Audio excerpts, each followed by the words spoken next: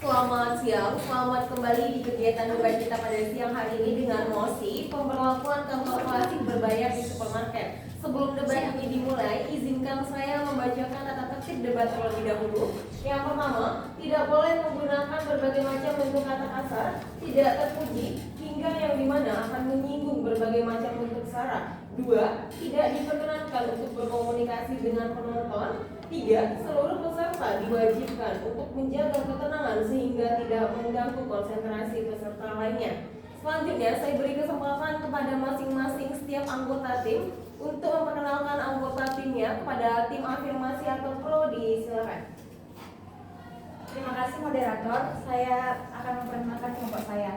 Saya sendiri Tijen Sonata, pembicara pertama, dan di sebelah saya ada Nabila selaku pembicara kedua, dan sebelahnya lagi ada Nadia selaku pembicara ketiga. Terima kasih moderator. Oke, selanjutnya saya beri kesempatan kepada tim oposisi untuk memperkenalkan anggota timnya. Silakan. Terima kasih moderator. Izinkan tim kami memperkenalkan diri. Saya Naila Julani Indra sebagai pembicara pertama. Di samping saya ada Bunga Ramadhani sebagai pembicara kedua, dan di sampingnya lagi ada Putri Maharani sebagai pembicara ketiga. Terima kasih. Oke, tanpa membuang waktu, mari sama-sama kita dengarkan pernyataan pertama dari kedua tim mengenai mosi kita pada siang hari ini, yaitu pemberlakuan kantong plastik berbayar di supermarket. Selanjutnya saya beri kesempatan kepada tim afirmasi untuk menyampaikan pernyataan pertama Anda. Terima kasih moderator. Saya akan memulai argumen pro dengan menekan dampak lingkungan yang signifikan dari kebijakan kantong plastik berbayar. Di sini kita semua tahu bahwa kantong plastik, terutama sampah plastik, memang dapat merupakan masalah yang serius bagi lingkungan kita, karena sampah plastik dapat mencemari tanah, laut, udara, bahkan membahayakan saluran liar dan kesehatan manusia. Kantong plastik berbayar ini hadir memberikan insentif yang kuat kepada konsumen untuk konsumen mengurangi plastik. Dengan membayar setiap kantong plastik, konsumen akan sadar akan dari pembelian mereka dan terdorong untuk membawa tas belanjaannya sendiri. Ini bukan hanya tentang mengurangi sampah, tetapi ini juga tentang melestarikan sumber daya alam yang digunakan dalam pembuatan sampah plastik. Dengan mengurangi permintaan, kita juga dapat mengurangi eksploitasi yang berharga bagi sumber daya alam kita. Oleh karena itu, kebijakan ini merupakan langkah yang penting untuk menuju lingkungan yang bersih dan berkelanjutan. Terima kasih. Oke, selanjutnya saya beri kesempatan kepada tim oposisi untuk menyampaikan pernyataan pertama Anda. Terima kasih moderator. Kami dari tim oposisi sangat tidak setuju dengan mosi kali ini, karena meskipun kebijakan ini berniat mengurangi sampah, nyatanya banyak orang tetap membeli plastik karena tidak ada jalur alternatif yang memadai.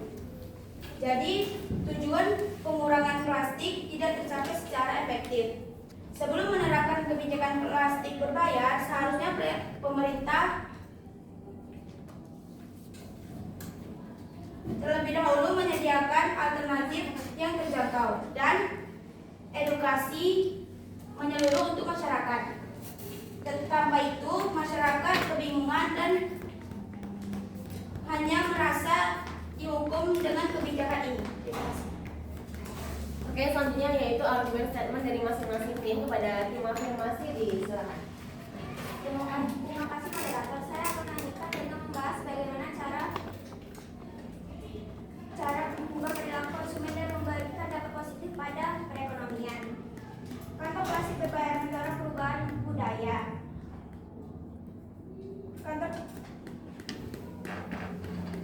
Pendapatan dari penjualan kantong plastik berbayar dapat dialokasikan untuk program pengolahan sampah, mendorong inovasi dan menciptakan lapangan kerja baru. Ini adalah contoh nyata yang berdampak positif.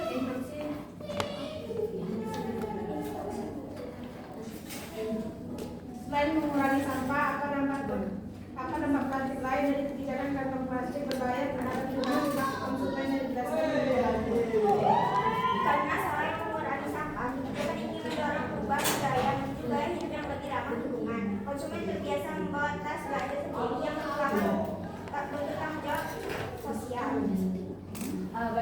tim oposisi apakah menerima jawaban dari tim afirmasi?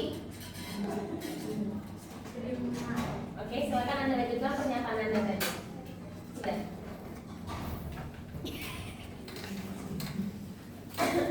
Selanjutnya yaitu argumen statement dari tim oposisi kepada tim oposisi, disilakan.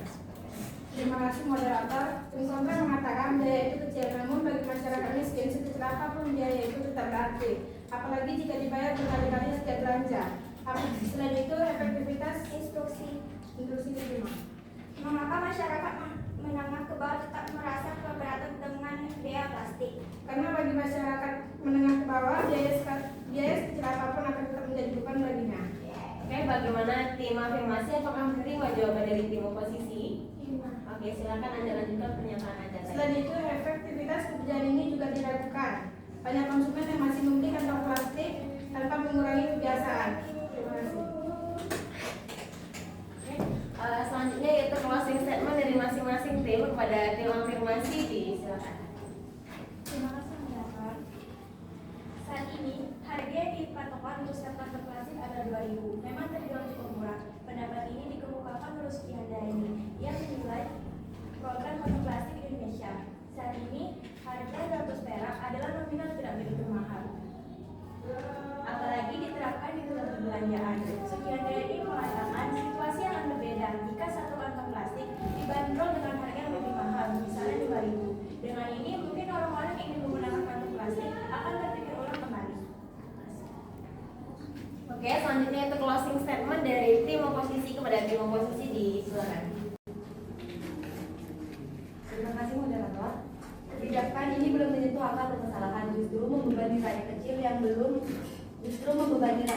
dan belum terbukti efektif secara menyeluruh dikarenakan ada pembiayaan tambahan penggunaan kantong plastik dan tidak semua orang siap dengan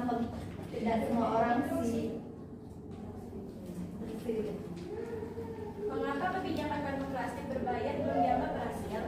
karena kebijakan ini belum menyentuh akar permasalahan dan pemerintah belum memberikan panduan yang baik. Oke, bagaimana tim afirmasi apakah menerima jawaban dari tim oposisi? Oke, silakan Anda lanjutkan pernyataan Anda tadi. Dan tidak semua orang siap dengan hal tersebut sehingga mengakibatkan tambahan pembiayaan beban. Seharusnya pemerintah lebih memfokuskan tanggung jawabnya terhadap produsen. Penggunaan plastik sekali pakai jauh lebih berdampak daripada penggunaan kantong berbayar. Terima kasih. Itu dia mengenai debat kita pada siang hari ini tentang pemberlakuan kantong plastik berbayar di supermarket. Sebenarnya pernyataan ini menimbulkan pro dan kontra. Mengapa? Karena sebagian masyarakat menganggap pemberlakuan kantong plastik berbayar di supermarket itu menambahkan beban bagi mereka. Karena mereka sudah belanja, mengapa harus menerapkan pembayaran pada kantong plastik itu sendiri. Sedangkan pemerintah menyimpulkan kebijakan ini agar masyarakat lebih mengurangi penggunaan kantong plastik itu sendiri agar negara kita terbebas dari penggunaan kantong plastik. Sekian debat kita pada siang hari ini. Selamat